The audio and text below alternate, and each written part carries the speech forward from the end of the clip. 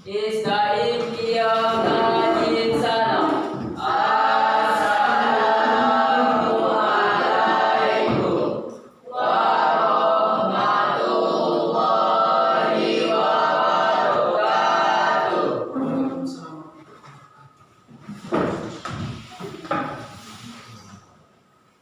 Silakan salah satu di antara kalian pimpin doa. Sebelum belajar, mari kita berdoa. A'udzubillahi minasyaitonir rajim. Bismillahirrahmanirrahim. Rabbi zidni ilma warzuqni fahma waj'alni minas sholihin. Amin. Berikutnya, mari bersama-sama kita sholawat bersama-sama. Ya, karena materi kita pada pagi hari ini terkait dengan hadis, maka lebih baiknya untuk menambah berkah kita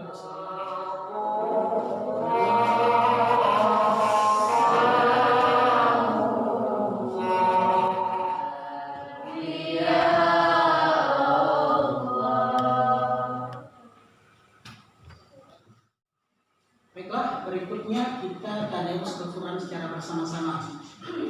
Dimulai dari ta'awuz.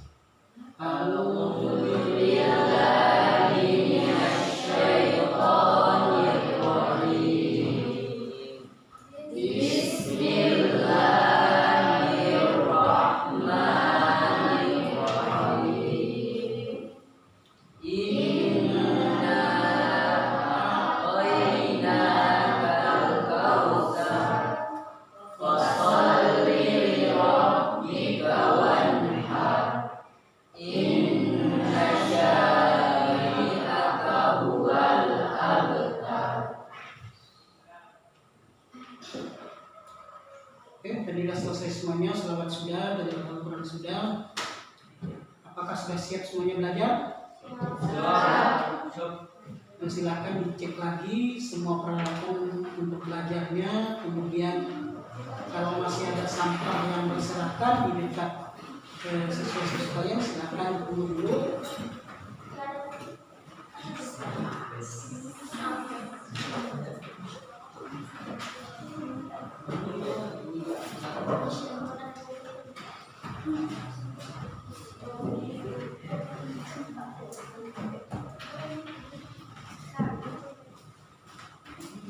Ya, Bapak cek kehadiran dulu. Aldo Saputra. Dapat. Cici Iradni Yusuf.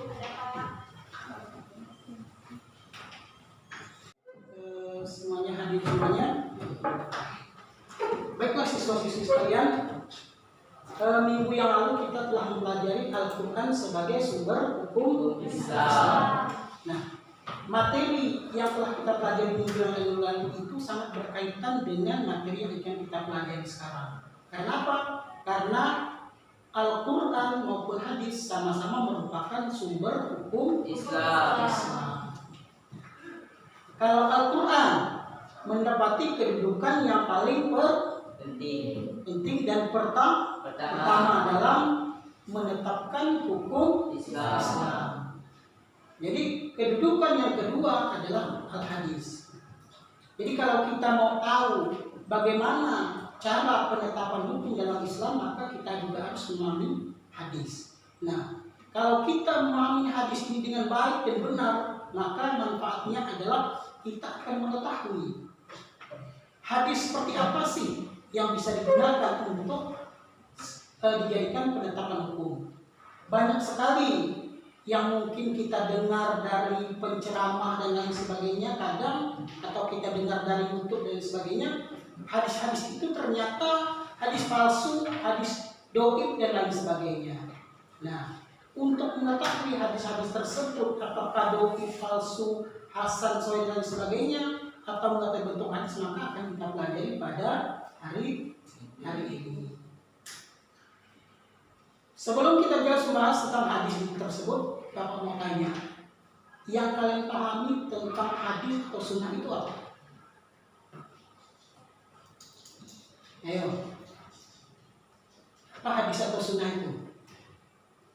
Sunnah adalah jalan, target dan peri kehidupan. Sedangkan sunnah menurut istilah segala yang dinukil dari Nabi Muhammad SAW, baik berupa perkataan, perbuatan maupun takrir, pengajaran, sifat kelakuan, perjalanan hidup, baik yang demikian itu sebelum Nabi Muhammad SAW. Ya, bagus sekali. Nah, itulah tadi hadis atau sunnah.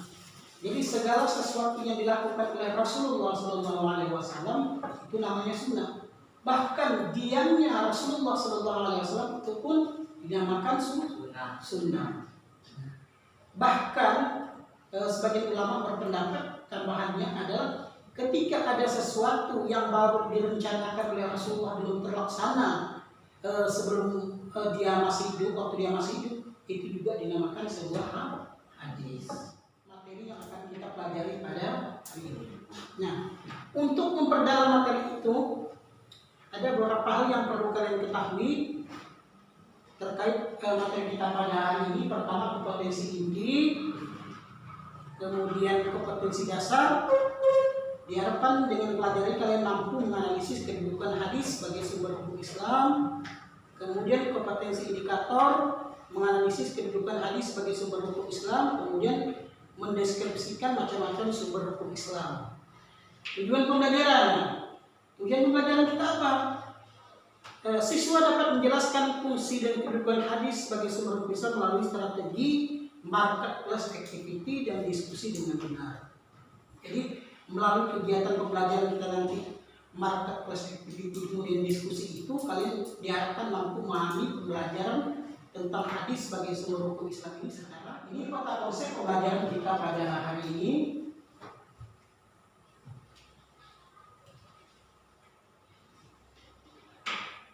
Nah, ini video pembelajaran yang bisa kalian pelajari terkait dengan materi pada hari ini. Kita dengarkan bersama-sama. Bagaimana kita memahami bersama bahwa hadis yang merupakan perkataan, perbuatan, takrir dan sifat-sifatnya sandaran kepada Nabi Muhammad SAW merupakan. Baiklah, dengan menyaksikan video tadi, harapan Bapak kalian sudah bisa memahami tentang materi kita pada hari ini. Nah, sekarang kita akan membentuk kelompok belajar. Silakan berhitung dari 1 sampai 3. Nanti yang nomor ganjil, nomor 1, satu kelompok 1, nomor 2 kelompok 2. Sudah semuanya? Nah, dengarkan instruksi dari Bapak. Ini ada spidol warna. Nanti kalian buat ringkasan materi itu dalam bentuk peta konsep atau mapping map, atau boleh juga kalau memang kalian pandai buat dalam bentuk gambar juga tidak jadi masalah.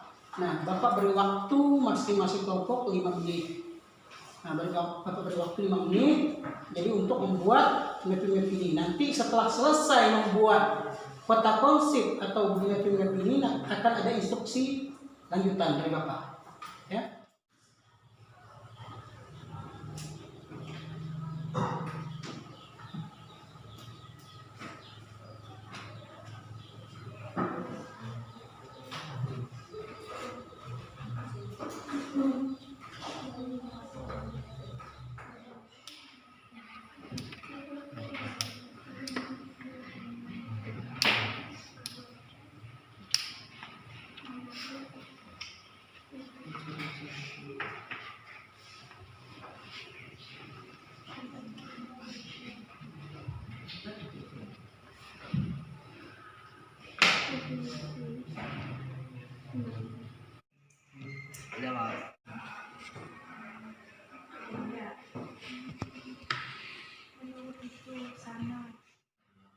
Baiklah, instruksi berikutnya adalah perwakilan dari masing-masing kelompok nanti berkeliling ke 2 kelompok lain dengan membawa catatan mencatat apa yang sudah dibuat oleh kelompok lain tadi.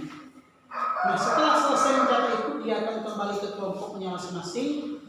Terus di tiap kelompok itu kalian buat sebuah kesimpulan tentang materi tadi. Yang lainnya bertugas di kelompoknya untuk menjelaskan kalau ada kelompok lain ingin datang ke tempatnya. Silakan.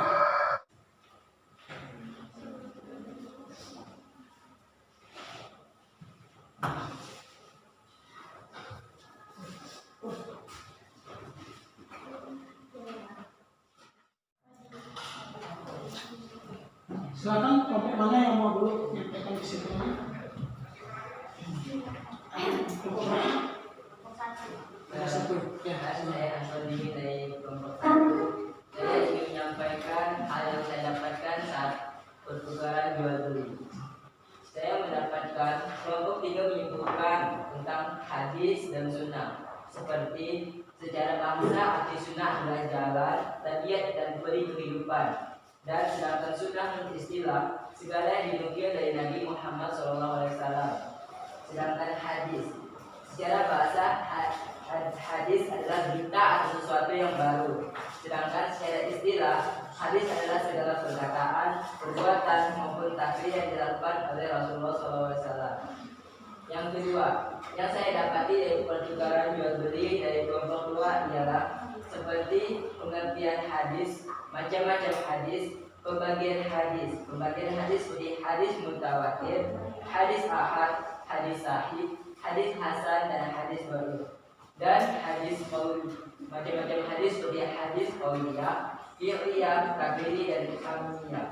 Sekian, terima kasih. Ya, kedua.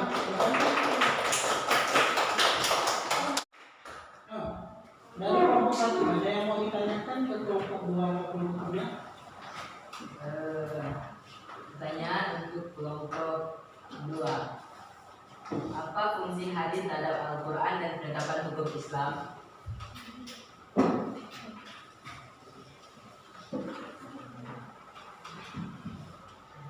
Ya, silakan. Siap izin menjawab. 1. Sebagai bayan takrir, yaitu menguatkan hukum yang sudah ditetapkan dalam Al-Quran, sehingga satu hukum memiliki dua dalil. Pertama, nas Al-Quran, kedua nas hadis. 2. Sebagai bayan tafsir, yaitu memberikan rincian dan penjelasan terhadap ayat-ayat Al-Quran yang masih bersifat umum atau global. Misalnya ayat Al-Quran yang memerintahkan sholat. Baik, terima kasih, jawabannya benar. Dari diskusi kita tadi, Bapak lihat kita juga sudah memahami tentang materi ini. Barangkali bersama-sama kita buat kesimpulan dari materi kita pada hari ini tentang hadis sebagai sumber hukum Islam. Nah, pertama, kedudukan hadis dalam sumber hukum Islam merupakan tingkat kedudukan sebagai sumber hukum Islam tingkatan yang kedua setelah Al-Quran. Jadi kalau ada penetapan hukum tidak diketemukan di dalam Al-Quran, maka akan dicari di dalam hadis. Contoh apa? Contoh, ketika dalam Al-Quran mengatakan wa aqimus shalah wa atuz zakat, di dalam Al-Quran itu tidak menerangkan bagaimana cara melaksanakan sholat itu, apakah ada rukuk, sujud dan sebagainya. Nah, semua itu akan kita temukan di dalam atuz zakat. Al-Quran menganjurkan menaikkanlah zakat, tapi Al-Quran tidak menerangkan kadar zakat itu seberapa sih yang kita keluarkan. Semua itu diterangkan dalam hadis. Maka itulah fungsi hadis tadi untuk menjelaskan segala sesuatu yang masih bersifat umum dalam Al-Quran, kemudian menjadi lebih jelas. Itu banyak hal yang lain lagi yang masih bersifat umum yang perlu dijelaskan oleh hadis. Maka perlulah hadis ini sebagai sumber hukum Islam yang kedua. Nah, setelah mempelajari tadi tentang materi tentang hadis sebagai sumber hukum Islam, Bapak harapkan kalian mengerjakan tugas ini. Ada tugas tertulis untuk mengukur kemampuan kalian dalam memahami materi ini. Nah, kemudian juga nanti akan Bapak bagikan LKPD ini kepada kalian. Silakan nanti LKPD ini dipelajari. Kemudian setelah dipelajari, cermati, kerjakan tugas yang ada di dalam LKPD ini. Ya, setelah selesai nanti silakan dikumpulkan. Ya, semua tugas sudah terkumpulkan semuanya, ada beberapa di antara kalian yang memang sudah benar-benar menguasai materi, ada beberapa yang memang harus melakukan remedial terhadap materi ini. Jadi yang masih belum tuntas tugasnya, segera nanti dalam kembali, pelajari kembali materi tentang hadis sebagai sumber hukum Islam ini. Nah, minggu depan kita akan mempelajari tentang ijtihad sebagai sumber hukum Islam. Setelah tingkatan hadis tadi, ada tingkatan ketiga sumber hukum Islam, yaitu ijtihad. Untuk penambah berkah pembelajaran kita pada hari ini, kita akhiri pembelajaran kita dengan membaca doa bersama-sama. Nanti Bapak ada di antara materinya bersedia untuk memimpin doa bersama. Untuk mengakhiri pembelajaran ini, kita berdoa.